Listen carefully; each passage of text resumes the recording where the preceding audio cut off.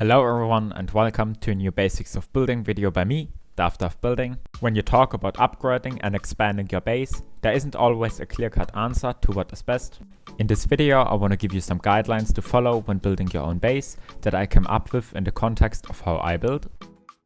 First, let's begin with the most basic. In what order should you upgrade your base? Of course, if your base has weaknesses on the side, upgrade that one first.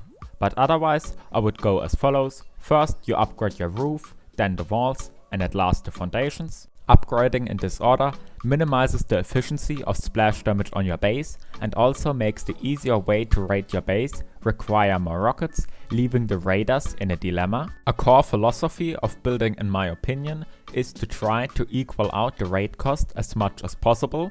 Here I have an example of a very simple base that has a very similar raid cost from all angles. I try to achieve this for as cheap as possible.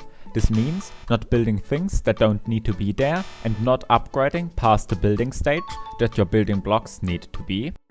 Now let's talk Honeycomb. Because this is a beginner series, I do not expect everyone to understand Honeycomb, so here a little explanation. Honeycomb are extra walls placed around your base to further protect the parts worth protecting by increasing the required explosive count to reach it. A subgroup of your usual honeycomb is the usable honeycomb. This works the same, but instead of being just walls, you most of the time have windows or something else to access through, so that they don't just go around that space, but as the name says, make it usable. But what is better?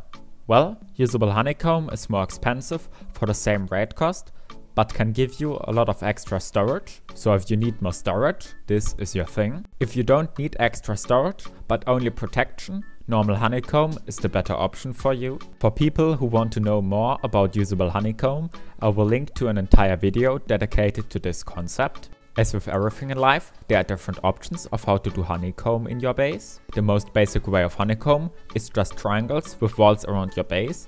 This is the most expensive option, but also the one that allows for the most expansion later on. The evolution of this is 3 triangles on the side of your base with walls around it.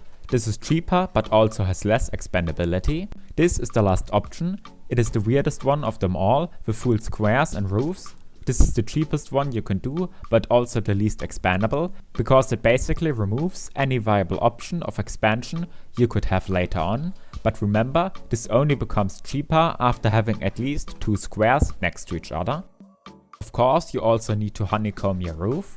There you again have 2 options. The first and more common one is also the more expensive, but again better for later expansions. This second option again uses roofs because of them removing the need for floors above.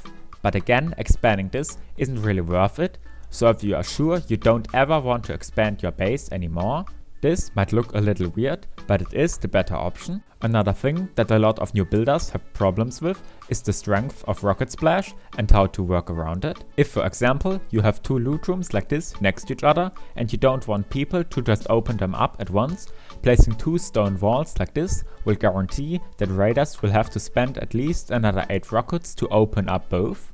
The same can be done on top, this time with half-height walls inside of the normal honeycomb. Upgrading these on top to metal might be a good idea so that they aren't as susceptible to splash damage.